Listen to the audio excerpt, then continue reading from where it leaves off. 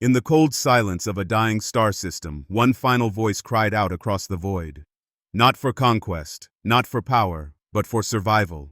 The Zephyrians had no armies left. Their cities had fallen, their skies blackened by the endless swarm. With extinction looming, Commander Lixakren sent a desperate signal to a species long rumored, long feared, humans.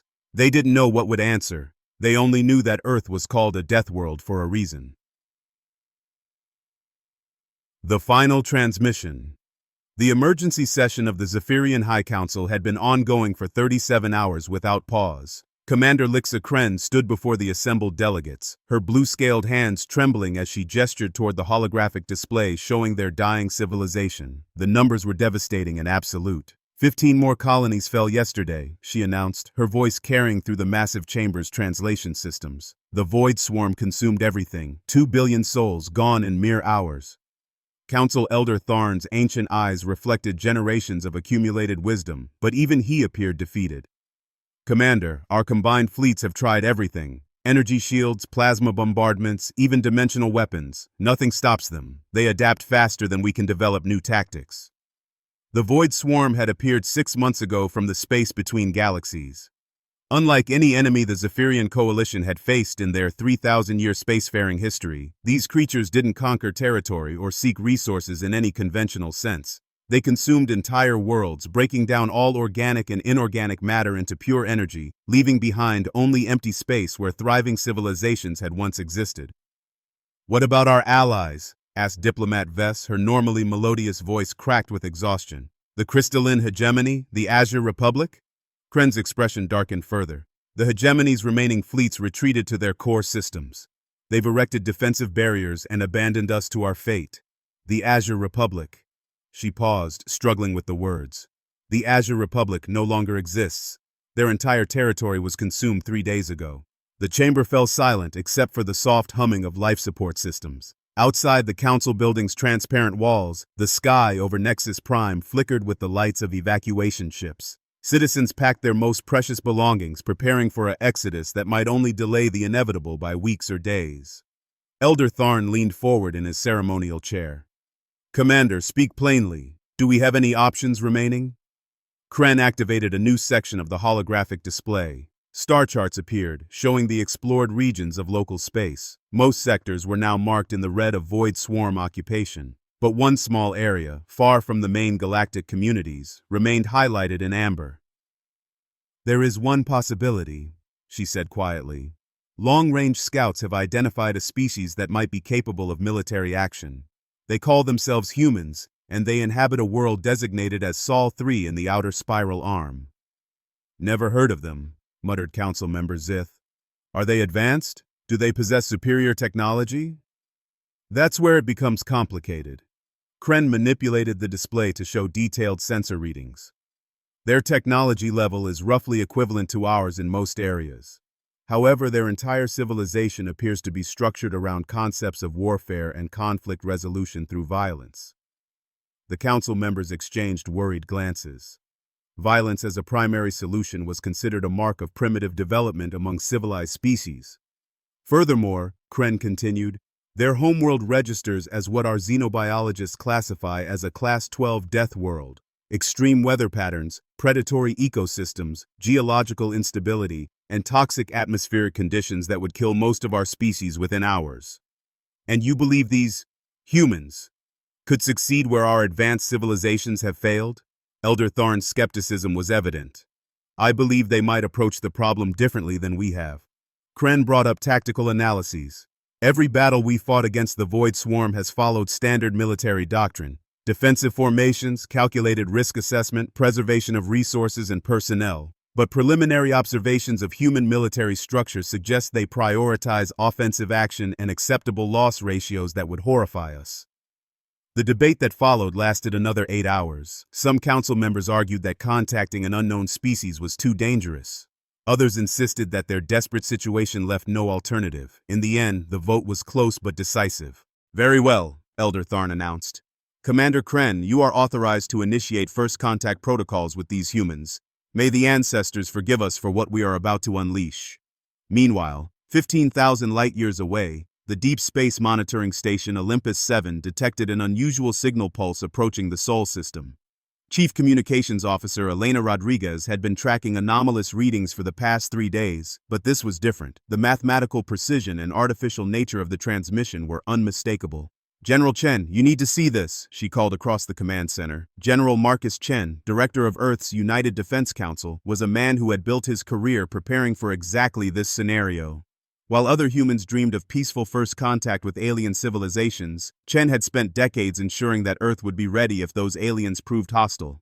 What are we looking at, Rodriguez? He asked, studying the data streams flowing across multiple screens.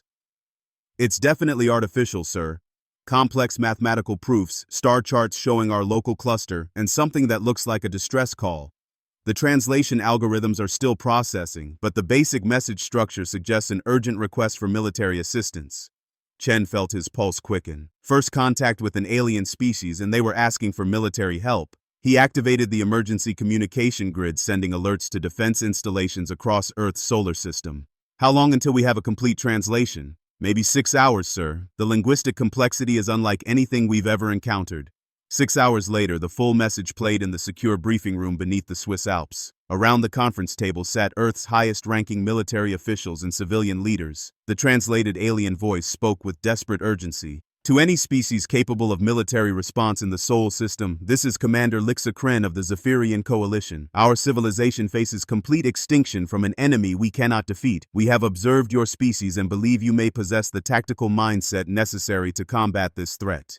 We offer complete technological exchange and territorial concessions in return for immediate military assistance. Time is critical. Entire worlds die with each day that passes. Please respond if you are willing to help.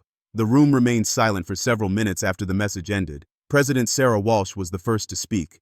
General Chen, what's your assessment? Chen had been studying the accompanying data throughout the translation process. Madam President, if this intelligence is accurate, we're looking at a species-ending conflict scenario. The aliens are facing something that has consumed dozens of their worlds and shows no signs of stopping. Their own description suggests conventional defensive strategies have failed completely. And you think we could succeed where they failed? I think we'd approach the problem very differently than they have. Chen brought up tactical projections on the room's main display.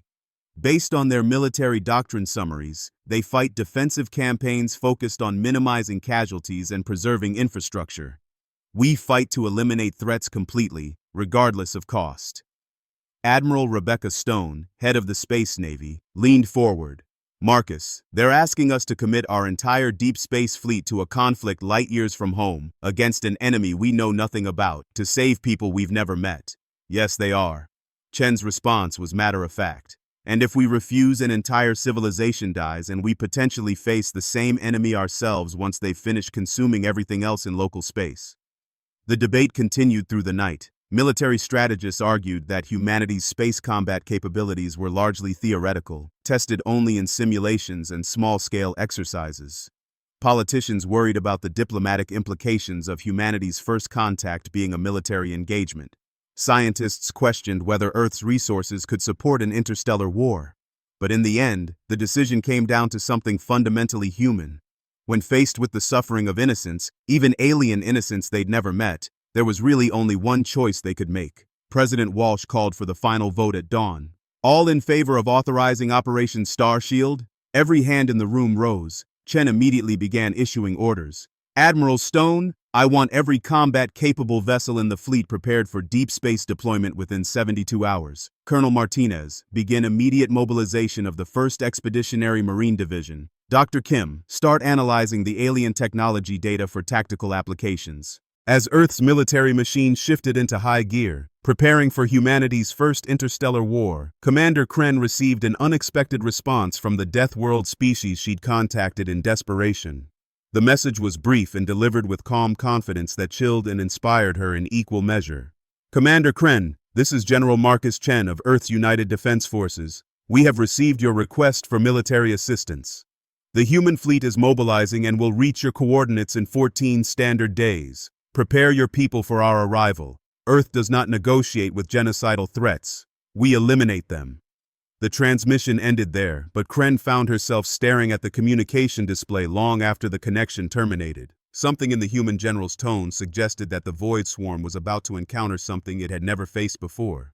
Predators from a world where everything tried to kill you from birth tend to have very different ideas about acceptable methods of warfare. The Death World Response.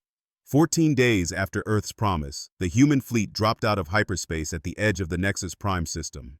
What they found was a scene of devastation that would have broken the spirit of most civilized species. 3 of the system's 7 planets had been completely consumed, leaving behind only empty orbital debris. The remaining worlds showed signs of partial harvesting, their surfaces scarred with massive extraction sites where the Void Swarm had begun their terrible work. Captain Sarah Mitchell stood on the bridge of the Earth battleship Defiance, watching the tactical displays with grim determination. Around her, the crew worked with practiced efficiency, their movements sharp and precise despite being humanity's first actual space combat deployment. "Tactical report," Mitchell commanded. Lieutenant Commander David Park consulted his instruments. "Captain, I'm reading massive biosignatures throughout the system.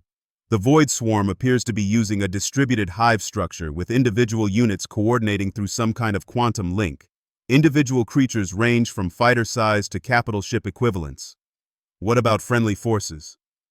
"We're receiving distress signals from Nexus Prime's orbital platforms. It looks like the Zephyrians have established a defensive perimeter around their homeworld, but they're barely holding." Mitchell nodded. The human fleet had spent the journey studying everything the aliens had provided about their enemy. The Void Swarm was unlike anything in Earth's military databases. They didn't use technology in any conventional sense, instead relying on biological adaptation that allowed them to evolve countermeasures to enemy weapons in real time. "Communications, signal the Zephyrian commander, let them know the cavalry has arrived." The response came quickly. Commander Lixa Kren's image appeared on the main view screen, her blue-scaled features showing both relief and apprehension. Behind her, alarms blared and emergency lights cast an ominous glow across what was clearly a heavily damaged command center. "General Chen, thank the ancestors you've arrived, but I must warn you, the situation has deteriorated rapidly since our last communication. We've lost another 2 colonies, and our defensive capabilities are nearly exhausted." "Understood, Commander Kren. Captain Mitchell is my field commander. She'll coordinate with your forces for the tactical situation." Mitchell stepped forward. "Commander, I need a complete assessment of enemy capabilities and your current defensive positions, and I need it fast. My sensors are showing massive Void Swarm movement heading directly for this planet." Kren transmitted the tactical data, but her expression remained troubled. "Captain, with respect, your fleet appears to consist of only 47 vessels. The swarm has thousands of units throughout this system alone. Perhaps a strategic withdrawal would be more appropriate until you can bring additional forces." Mitchell's smile was sharp and predatory. "Commander, you asked for help from humans. What you're about to see is how Deathworld predators handle extermination threats." The conversation was interrupted by urgent alerts from the Defiance's sensor array. Lieutenant Park's voice carried across the bridge with professional calm that masked underlying excitement. "Captain, we have incoming. Void Swarm units are emerging from the 4th planet's atmosphere. Count is, Jesus Christ, there must be over 2,000 of them." Through the view screen, the enemy became visible. The Void Swarm units were grotesque amalgamations of biology and dark energy, their forms constantly shifting as they adapted to environmental conditions. They moved with purpose and coordination that spoke of a hive intelligence far beyond individual thought. "All ships, this is Mitchell, weapons free. Execute Formation Omega-7, show these things what human engineering looks like when it's angry." What happened next redefined space combat doctrine for every species watching. The human fleet didn't retreat or establish defensive positions. Instead, they accelerated directly toward the enemy formation, their angular warships bristling with weapons that had been designed with one purpose in mind: killing things that wanted to kill humans. The Defiance led the charge, its main batteries opening fire at maximum range. But instead of the energy weapons the Zephyrians expected, streams of projectiles erupted from the human ship's gun ports. Tungsten penetrators accelerated to significant fractions of light speed, followed by nuclear-tipped missiles and exotic matter warheads that violated several interstellar treaties on acceptable weapons of war. "My God," whispered Kren as she watched the engagement. "They're using kinetic weapons, but the energy requirements alone should be impossible for ships that size." Her tactical officer, a young Zephyrian named Jorix, stared at his instruments in disbelief.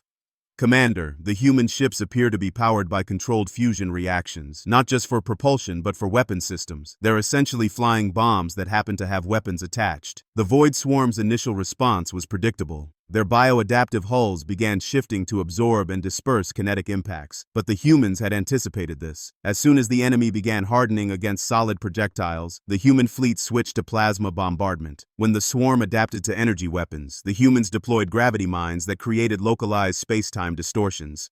Commander Kren watched in fascination and horror as the human vessels employed tactical doctrines that her species had never considered. They used their own ships as weapons, ramming Void Swarm units when ammunition ran low. They detonated nuclear devices in their own ships' wakes to deny the enemy pursuit routes. Most shocking of all, they seemed to view catastrophic damage to their own vessels as acceptable losses rather than mission failures. "Captain Mitchell," Kren transmitted, "your lead destroyer appears to have lost primary power. Should we attempt a rescue operation?" Mitchell's response came over an open channel, allowing Kren to hear the controlled chaos of the human bridge. "Negative, Commander. The Wolverine is exactly where Captain Torres wants her to be." As if summoned by her words, the crippled human destroyer exploded in a brilliant flash of nuclear fire, taking 17 Void Swarm units with it. But instead of the tactical withdrawal Kren expected, the remaining human ships pressed their attack with even greater ferocity. "They're insane," breathed Jorix. "They just sacrificed an entire ship and crew as a tactical maneuver." "No," Kren realized with growing understanding. "They're not insane. They're apex predators, and they've decided the Void Swarm needs to die." The battle raged for 6 hours, but the outcome was never really in doubt. The Void Swarm's adaptive capabilities, so effective against conventional tactics, became a liability when facing enemies who refused to employ conventional tactics. Every time the swarm evolved a countermeasure, the humans switched to a completely different approach. When biological armor proved resistant to explosives, the humans deployed acid-based chemical weapons. When the swarm developed immunity to chemical attacks, human ships began using sonic disruptors that literally shook enemy units apart at the molecular level. And when all else failed, they resorted to the most human solution of all, ramming speed. The turning point came when Captain Mitchell made a decision that would be studied in military academies across the galaxy for centuries. With enemy forces converging on Nexus Prime and ammunition running low, she ordered her flagship to execute a maneuver that no sane species would attempt. "All hands, this is the captain. We're going to attempt a gravitational slingshot around the system's primary star, using the resulting velocity to punch through the swarm's main formation. Everyone strap in. This is going to be rough." The Defiance accelerated to dangerous speeds, using the star's gravity well to build momentum while simultaneously superheating its hull plating. When it emerged from behind the stellar mass, it was moving fast enough to punch through solid matter and hot enough to vaporize anything it touched. The devastating attack run broke the swarm's coordination, creating gaps in their formation that the remaining human ships exploited with ruthless efficiency. Within an hour, the immediate threat to Nexus Prime had been eliminated. But Mitchell wasn't finished. As her crew worked to repair battle damage, she opened communications with Commander Kren. "Commander, I need tactical intelligence on every Void Swarm concentration in your territory. We're not stopping until every last one of these things is dead." Kren stared at the human captain with something approaching awe. "Captain, your fleet has suffered severe losses. Surely you need time to regroup and resupply." "Commander," Mitchell's voice carried the certainty of someone who had never contemplated defeat. "My orders are to eliminate the threat to your people. That threat still exists as long as any swarm units remain operational. We'll regroup and resupply while hunting down the survivors." Over the following weeks, the human fleet conducted what military historians would later call the most aggressive extermination campaign in recorded history. They didn't just defeat the Void Swarm in battle, they hunted down every individual unit, tracked every biosignature, and eliminated every trace of the enemy's presence in Zephyrian space. The aliens watched in amazement as human engineering teams converted captured swarm biomass into ammunition for their next engagement. They witnessed human Marines boarding damaged enemy units to plant explosives manually when remote weapons proved insufficient. Most disturbingly, they observed human commanders making tactical decisions based not on acceptable casualties, but on mission effectiveness. "Captain Mitchell," Kren asked during one of their planning sessions, "don't your people fear death? Every engagement you enter, you risk complete annihilation." Mitchell considered the question seriously. "Commander, we fear failing to protect innocent people more than we fear dying. On Earth, everything tries to kill you from the moment you're born. Weather, predators, diseases, natural disasters. We learned early that the only way to survive is to be more dangerous than everything else. And when something threatens people who can't protect themselves, she shrugged. We eliminate that something. It's what we do. 3 months after their arrival, the human fleet had accomplished what the combined forces of multiple galactic civilizations had failed to achieve. The Void Swarm was extinct, not defeated or driven away, but completely eliminated from known space. As the last enemy biosignature disappeared from long-range sensors, Commander Kren found herself face to face with a disturbing realization. The humans hadn't just saved her people. They had demonstrated that in a galaxy full of civilized species, the most civilized thing sometimes required unleashing controlled savagery. The Deathworlders had answered the call for help, and the galaxy would never be the same.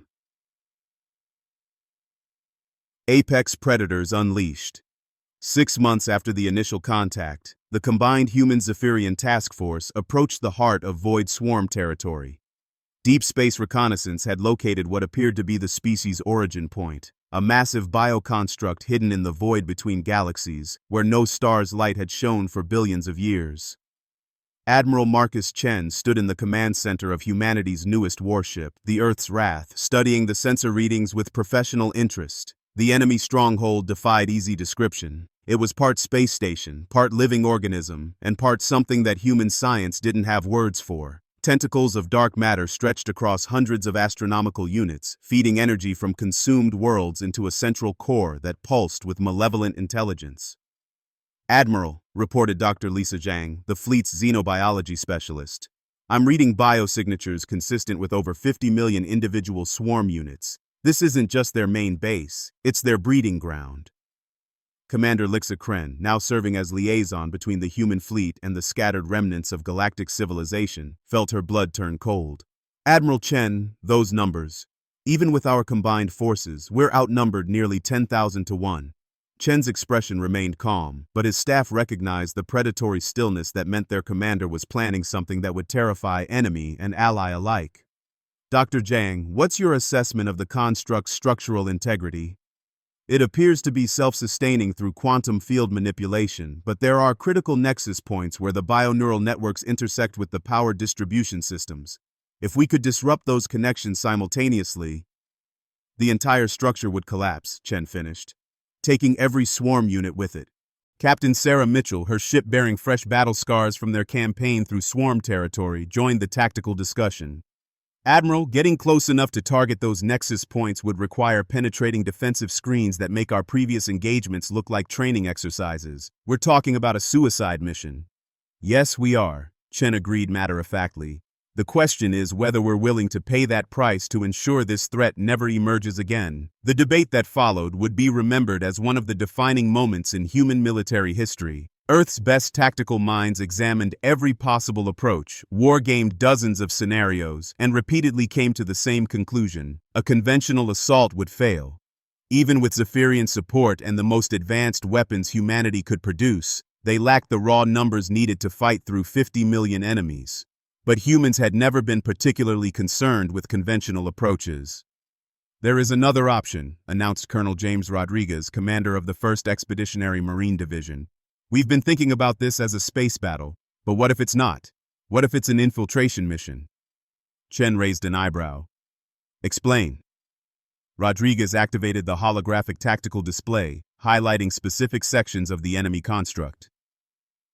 The bioneural networks Dr. Zhang identified run throughout the structure, but they're most concentrated in the central core. If a small team could reach that location and plant sufficient explosives, the entire construct would destroy itself, Dr. Zhang breathed. The bioneural feedback alone would cause cascade failures throughout the organism. It's brilliant, Kren admitted, but impossible. The central core is protected by layers of defensive systems and millions of swarm units. No one could survive long enough to reach it, let alone complete the mission. Colonel Rodriguez smiled, and Commander Kren recognized the expression from her months of working with humans. It was the smile of a predator that had just spotted prey. Commander, you're thinking like a civilized species. We're going to think like Deathworld apex predators. The plan that emerged from the human tactical discussion was simultaneously elegant and terrifying. Instead of fighting through the swarm's defenses, they would become part of them. Using biomimetic technology reverse-engineered from captured swarm units, a small team of human marines would infiltrate the construct disguised as newly assimilated biomass. The disguise won't hold up to close inspection, Dr. Zhang warned. You'll have maybe 6 hours before the swarm's hive mind recognizes you as foreign elements.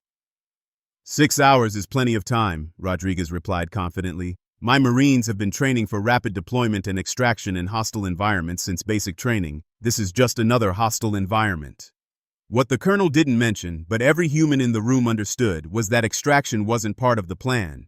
The infiltration team would be carrying enough antimatter charges to vaporize several city blocks. In the confined space of the construct's core, the explosion would propagate through the bio-neural networks faster than any escape could be attempted. Commander Kren watched the human preparations with growing amazement and horror. They weren't just planning a suicide mission. They were approaching it with the same methodical professionalism they brought to routine operations. Marines checked their equipment, engineers calculated blast radii, and commanders reviewed tactical procedures as if they were preparing for a training exercise rather than certain death.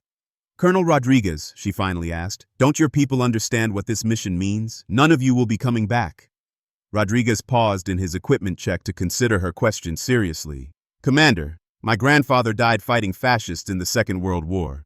My father died protecting civilians during the Martian Colony Rebellion. My brother gave his life evacuating researchers from Titan Station when the reactor went critical. Every Marine in my unit volunteered for this mission knowing exactly what it means. But why? You could withdraw to Earth, defend your own territory. Why sacrifice yourselves for people you barely know? The colonel's expression grew thoughtful. Commander, humans have a saying. The only thing necessary for the triumph of evil is for good people to do nothing. We've seen what the Void Swarm does to civilizations. We've watched them consume entire worlds, genocide countless species. If we have the power to stop that and choose not to use it because the cost is too high, he shrugged, then we're not the people we thought we were. The infiltration began at 0400 ship time. 12 Marines, led by Colonel Rodriguez himself, launched from the Earth's wrath in a modified stealth shuttle covered in biomimetic plating that made it appear to be another piece of debris floating toward the construct. As they approached the massive structure, even the hardened Marines fell silent at the sight. The Void Swarm's home was a nightmare of organic technology and dark purpose. Streams of consumed matter flowed through massive arteries, being processed and converted into new swarm units. The surface crawled with activity as millions of creatures went about their incomprehensible tasks. At the center of it all, the core pulsed with a malevolent intelligence that had consumed entire civilizations. Remember, Rodriguez's voice was calm over the team's communication system. We are not here to fight our way through. We are ghosts. We get in, plant the charges, and trigger the cascade failure. Speed and stealth, people. The fate of every living thing in this galaxy depends on us not being detected. The infiltration proceeded flawlessly for the first 4 hours. The biomimetic disguises held up under casual observation, and the Marines moved through the construct's corridors like shadows. They planted antimatter charges at critical junction points, each device synchronized to detonate simultaneously when Rodriguez triggered the master control. It was during the 5th hour that everything went wrong. Colonel, whispered Sergeant Maria Santos, the team's demolitions expert, I'm reading massive bioelectrical activity in the surrounding walls. I think the hive mind is starting to recognize us as foreign objects. Rodriguez checked his chronometer. They were still 2 hours from the central core, and their disguises were already failing. Around them, the construct's bio-neural networks began pulsing with agitated patterns. Swarm units throughout the structure started moving with increased urgency. Sir, reported Corporal David Kim from the team's rear guard, we have movement behind us. Multiple contacts, and they're definitely not fooled by our disguises anymore. The colonel made the decision that would define his legacy. All teams, switch to combat protocol. We're blown, but we're also committed. Fight your way to the core and complete the mission. That's an order. What followed was 12 humans against 50 million aliens in the heart of enemy territory. The Marines fought with a ferocity that would have impressed their ancestors.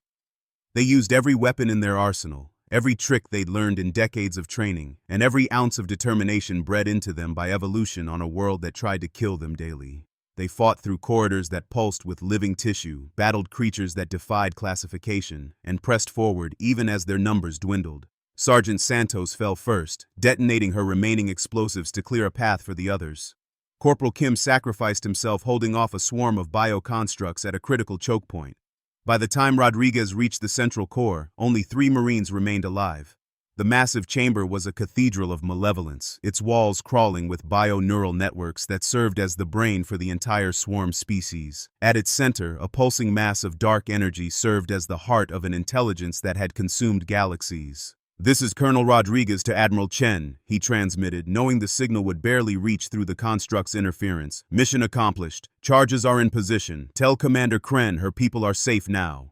He triggered the detonation sequence and closed his eyes, thinking of Earth's blue skies and the children who would never know how close they had come to sharing the fate of the consumed worlds. The explosion that followed was visible from 3 star systems away. The antimatter charges, precisely placed at critical neural junctions, created a cascade failure that propagated through the entire construct in seconds. 50 million void swarm units died instantly as their shared consciousness collapsed. The massive biostructure tore itself apart in a paroxysm of self-destruction that left nothing but empty space where the galaxy's greatest threat had once existed. Admiral Chen stood in respectful silence as the sensors confirmed what everyone already knew. The void swarm was extinct. Not just defeated or scattered, but completely eliminated from the universe. 12 humans had given their lives to ensure that no other species would face the horror of consumption and genocide. Commander Kren approached him on the observation deck of Earth's Wrath, her expression mixing grief and awe. "Admiral, I don't know how my people will ever repay this debt. Your Marines saved not just our civilization, but every living thing in known space." Chen's response was characteristically human. "Commander, they didn't do it for repayment. They did it because it was the right thing to do. That's what humans do when innocent people need help." The aftermath of the mission established Earth as something unprecedented in galactic history. Not as conquerors or rulers, but as protectors. Species across the galaxy began to understand that somewhere in the outer spiral arm lived a people who would cross interstellar distances to help strangers, who would face impossible odds to protect the innocent, and who would sacrifice themselves without hesitation when evil threatened the civilized worlds. The galaxy had called for salvation, and the Death Worlders had answered. But in saving everyone else, they had revealed something about human nature that was both inspiring and terrifying.